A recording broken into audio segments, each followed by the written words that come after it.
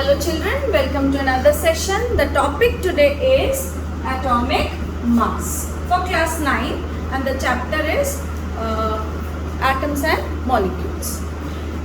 इस टाइम पे जब एटम की खोज हुई तो हमें मिला सबसे पहले तो डाल्टन की एटॉमिक थ्योरी विद 6 postulates. फिर पता चला कि atom is the smallest part of an element. फिर उसका साइज पता चला, उसके सिंबल्स पता चले. तो all this scientist those who were working for atom now they were more concern कि इसकी वजन कितनी होगी, इसका मास कितना होगा. तो ऑलरेडी हमें बता दिया गया कि atom is the smallest part of an element, indivisible, very tiny particle, this and that. Then how to measure the mass, ये आई सबसे बड़ी बात.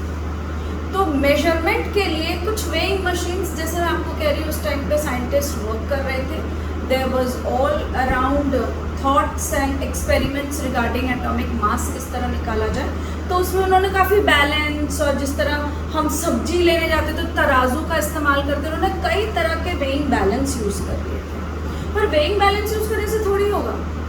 वेइंग बैलेंस में हम तब वे कर पाते जब हमारे पास एक दूसरा रिलेटिव मास हो जिसके थ्रू हम उसका वजन नाप सकें. अब आप वेइंग मशीन की अगर बात करें तो एक वेइंग मशीन अगर हमारे पास है और हम कुछ भी चीज़ वे करना चाहते हैं तो उसमें ये तो बैलेंस होता है पहली बात तो, और इस बैलेंस में एक रिलेटिव मास रखा जाता है. रिलेटिव मास से आपने देखो कि पत्थर होते हैं या वो वेइंग के लिए 1 kg, 2 kg, 1.5 kg, 25 ग्राम लिखा हुआ वे देखा होगा. I hope it's clear if you have seen any vendor having their balance. तो वो होता है relative mass. हम relative mass क्यों कह रहे हैं? क्योंकि उसी मास के अकॉर्डिंग हम इस वाले को वजन करेंगे. अब मान लीजिए हम जाकर बाजार में कहते जी टमाटर दे दो. टमाटर अभी तो कोई मांगेगा नहीं, खैर बहुत महंगा हो रहा है, तो let's go to have something else. Capsicums दे देते हैं, ठीक है, थोड़ा सस्ता है ना. तो 1 kg कैप्सिकम लेते हैं. तो वो 1 kg कैप्सिकम लेने के लिए हमें क्या करना पड़ेगा? पहली बात तो उस वे को ना रखना पड़ेगा जो 1 kg का, वरना हम किसके थ्रू डालते जाएंगे कैप्सिकम को. कैसे पता चलेगा वो 1 kg हुआ, 2 kg हुआ, कैसे पता चलेगा? उसको पता लगाने के लिए हमने क्या किया, 1 kg का वे ले लिया. दैट इज द मेजरमेंट और that is called as the relative mass. उसके बाद हमने उसके अकॉर्डिंग हमने कैप्सिकम्स रखने शुरू कर दिए. तो 1 kg में हमें दिखता है 5 या 6 या 7 कैप्सिकम्स हैं. तो कैप्सिकम का वे कितना हो गया? It's relative mass is equal to the mass of the weight. तो हमें पता चल गया जी ये अब 1 किलो का हो गया. मतलब 7 कैप्सिकम अगर हम लेते हैं तो उसका रिलेटिव मास क्या हो जाता है? 1 kg. अब हर एक एटम को निकाल कर उसका वजन करें हम, और हमारे पास कोई रिलेटिव मास भी नहीं है. तो this was something which was very weird for the scientist. तो उन्होंने क्या किया, कई चीज़ों का इस्तेमाल किया. ऐसी बात नहीं कि उन्होंने नहीं किया. उन्होंने कई अलग अलग एटम्स लिए जिनको उन्होंने इस्तेमाल किया एज रिलेटिव मास. पर कोई बात जमी नहीं कि ये भी सही नहीं जा रहा है, किसी का कम जा रहा है, किसी का ज़्यादा जा रहा है, तो ये जमी नहीं बात. तो फाइनली वो आकर एक ऐसे बैलेंस पर रुके. बैलेंस तो यही है, यही वो बैलेंस है, सेम एज हम सब्जी तोलते हैं, पर हाँ वो बैलेंस थोड़ा छोटा होगा क्योंकि उसका जो एटमिक बैलेंस है वो एटम की मास को बैलेंस कर रहा है, तो उतना बड़ा बैलेंस तो होगा. तो इस बैलेंस में उन्होंने एक रिलेटिव मास लेना था, मतलब ये वजन लेना था. तो ये डिसाइड हुआ कि जो कार्बन 12 एटम है ये बड़ा कंफर्टेबल एटम है to give a particular way. अब वो कैसे है वो ध्यान से देखिएगा. Now I am relating this carbon 12 atom with a big watermelon. ठीक है, तो दोबारा से एक स्टोरी सुनिए. अब मान लीजिए आप गए हैं सब्जी मार्केट और आपको लगा कि चलो कुछ मज़ा करते हैं सब्जी वाले के साथ. कर ही लेते हैं बच्चे आपस में भी, और किसी और के बारे में सोचो तो चलो उसको छेड़ लेते हैं. तो आप जाते हैं सब्जी वाले के पास और आपने देखा जी वहाँ पे 1 किलो का एक तरबूज रखा है या तो वाटरमेलन रखा है. आपके एनसीईआरटी के बुक में भी इसी बारे में कुछ चर्चा हुई है, आप देखना चाहें तो देख सकते हैं। तो ये वाटरमेलन जो है इसके अगेंस्ट में, वाटरमेलन इतना बड़ा वाटरमेलन, उसके अगेंस्ट में वो बच्चा जाता है और सब्जी वाले से कहता है जी मुझे ना उस वाटरमेलन के अगेंस्ट में मुझे आप आलू दे दीजिए और मुझे चाहिए सिर्फ एक ही आलू। सब्जी वाला कहता है 1 किलो ले लो, 1 आलू कैसे लूंगा? वो तो मुझे नहीं पता, आप मुझे 1 ही आलू दे दो। सब्जी वाले ने पहले तो मना कर दिया, फिर सोचा चलो बच्चा है, पर उसे क्या पता था वो तो नॉटी बच्चा है।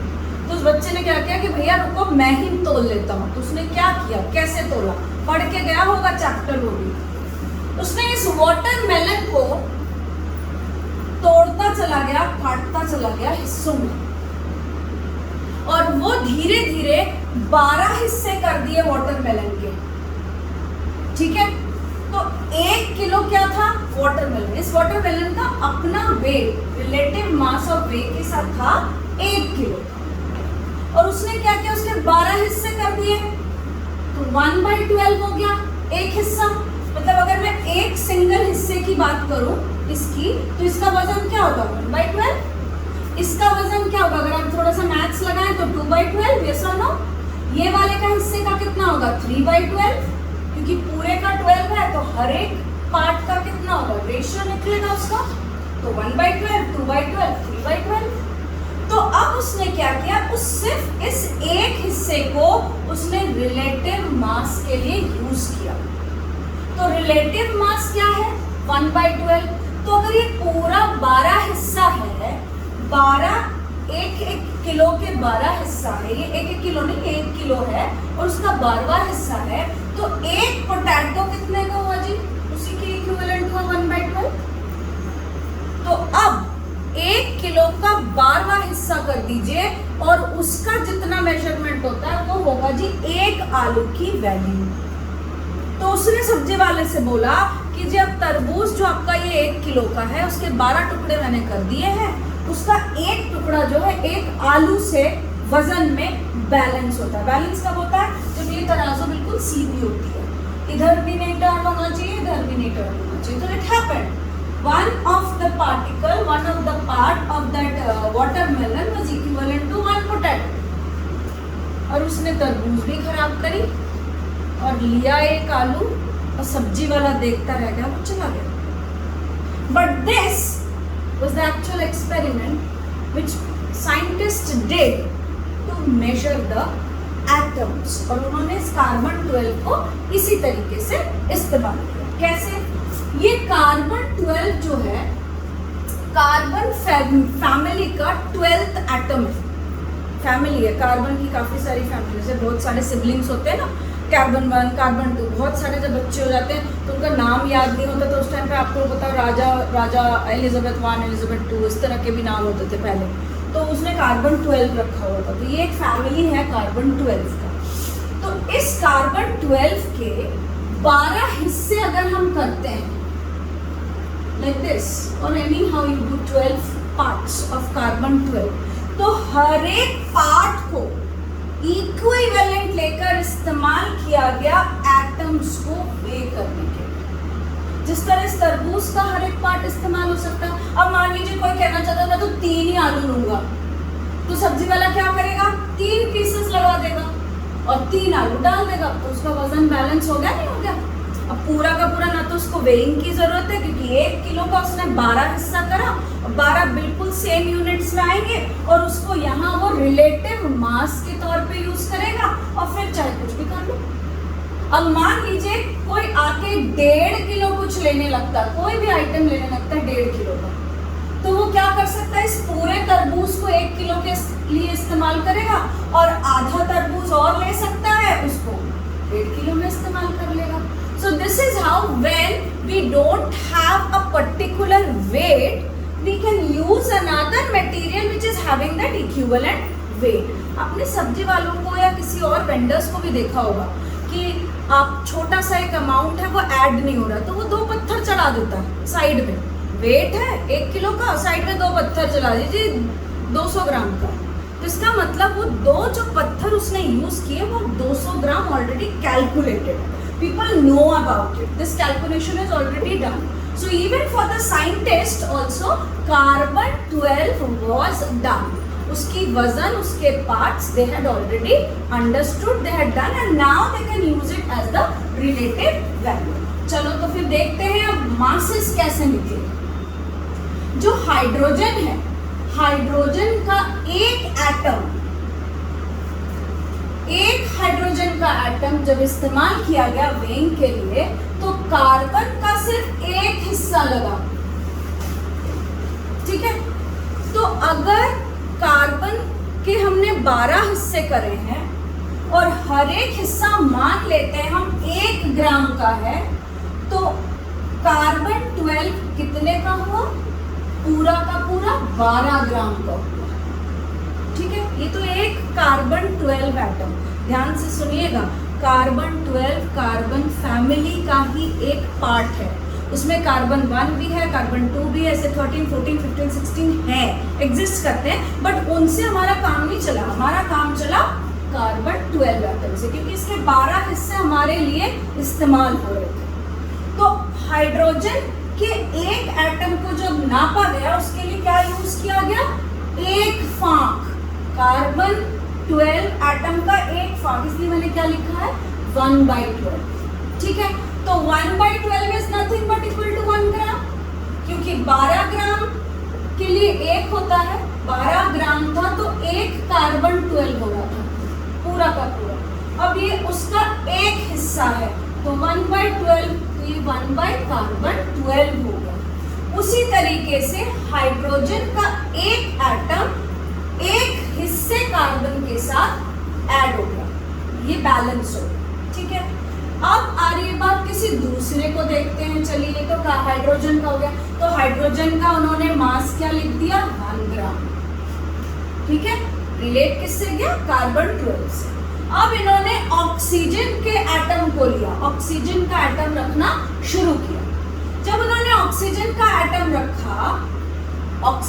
एटम रखा, तो यहाँ पे भी उन्होंने स्टार्टिंग तो 1 से ही करी, क्योंकि हाइड्रोजन 1 से था, तो उन्होंने यहाँ पे 1 रख दिया कार्बन का टुकड़ा. काम नहीं चला. फिर उन्होंने ऐसे ही दूसरा रखा, फिर तीसरा रखा, फिर चौथा रखा, और काम ही नहीं चला. फाइनली काम तब चला जब 16 हिस्से, मतलब 12 हिस्से तो रखे हम, पूरा कार्बन 12 रख दिया हमने यहाँ पे. उसके बाद और 4 हिस्से किसी और कार्बन 12 का लिया, उसको ऐड किया यहाँ पे, मतलब कार्बन 12 एक पूरा प्लस 4/12 हिस्सा वो भी रखा हमने यहाँ पे. तब जाके हमारा ऑक्सीजन का मास बैलेंस हुआ. तो ऑक्सीजन का मास हमें कितना मिला? फिर 16 ग्राम. ये 12 और वो 4 हिस्से अलग दूसरे कार्बन के, तो वो है जी 16. तो ऑक्सीजन का मास हमें कितना मिला? 16 ग्राम. फिर नाइट्रोजन की बारी आई जी, इसको भी वजन करके देखते हैं. तो यहाँ पे रखा गया जी नाइट्रोजन. नाइट्रोजन को भी जब हम इस तरीके से बैलेंस करने लगे, तो हमें मिला कि 14 कार्बन की जरूरत पड़ गई हमें. तब जाके नाइट्रोजन प्रॉपर बैलेंस हुआ. तो क्या पता चला? नाइट्रोजन का जो ग्राम है, मास है, वो कितने हो गए? 14 ग्राम्स. ठीक है, अब ये मैं ग्राम्स आपको समझाने के लिए बोल रही हूँ. एक्चुअली एटम्स जो हैं वो ना तो केजी में ना ग्राम में वे किया जा सकते. इतने छोटे से मटेरियल को आप कैसे केजी या ग्राम में वे कर सकते हो? तो उसके लिए ये एक अलग से यूनिट आई जिसका नाम है AMU, एटॉमिक मास यूनिफाइड और एटॉमिक मास यूनिट.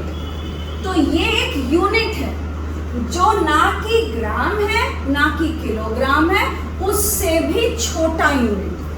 हम अब तक जानते थे कि ग्राम सबसे हल्का होता है, मिलीग्राम उससे हल्का होता है, पर सबसे ज्यादा छोटा unit to measure the mass of the atom is AMU, atomic mass unit. अब क्या कहा जाता है? इसी एटॉमिक मास यूनिट को सिर्फ U भी कहा जाता है.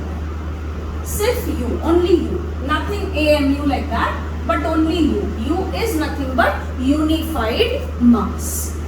तो ये जो ग्राम्स और ये आपको मैंने समझाया for you to understand with the context of the fruit. So this is how we get to know the atomic mass of any atom when the scientists were actually discovering it.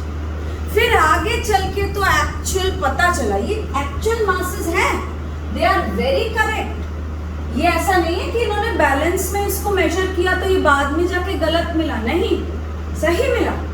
और सही क्यों मिला? क्योंकि ये exact masses थी। और जब structure हम पढ़ेंगे तो हमें ये भी पता चलेगा फ्रॉम द एटॉमिक स्ट्रक्चर कि प्रोटॉन्स और न्यूट्रॉन्स को जब हम ऐड करते हैं तो हमें मिलता है एटॉमिक मास। आपको अभी बताती हूँ, प्रोटॉन्स और न्यूट्रॉन्स को ऐड करके क्रॉस चेक कर लेते हैं कि ये जो पहले साइंटिस्ट ने मासेस निकाले थे और बाद में जो एटॉमिक मास प्रोटॉन और न्यूट्रॉन को ऐड करके निकला, क्या वो सही है? देख लेते हैं। प्रोटॉन हाइड्रोजन का होता है 1, न्यूट्रॉन हाइड्रोजन में होता ही नहीं है, 0। एटॉमिक मास क्या रहा? 1 AMU। अब हम ग्राम नहीं बोलेंगे क्योंकि मैंने आपको क्लियर कर दिया कि ग्राम्स में एटम को मेजर नहीं करते, हम AMU मेजरमेंट करते हैं। तो अब लेते हैं ऑक्सीजन। ऑक्सीजन के पास प्रोटॉन्स हैं 8, न्यूट्रॉन्स भी हैं 8 in the nucleus as per the structure of the atom। कितने हो गए? 16 AMU। देखिए है ना 16 AMU। Same with nitrogen, nitrogen के पास 7 प्रोटॉन है और 7 ही न्यूट्रॉन है, तो कितने हो गए? 14 AMU। So this was very clear that even with the help of the balance, whatever mass was calculated by the scientists, they were as same as the mass which was present in the structure of the atom।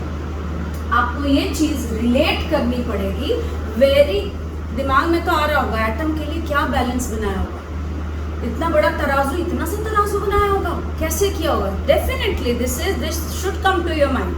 But yes, in those times machineries were there and literally they had many error methods, trial and error methods किए था scientist ने, उसके बाद भी उनको ये result मिला। और फाइनली जो रिलेटिव मास था वो कार्बन 12 का ही उन्होंने रिलेटिव मास यूज किया। I hope it is clear. Go through your NCERT book, read it, view this video, you will understand much better. Thank you. God bless.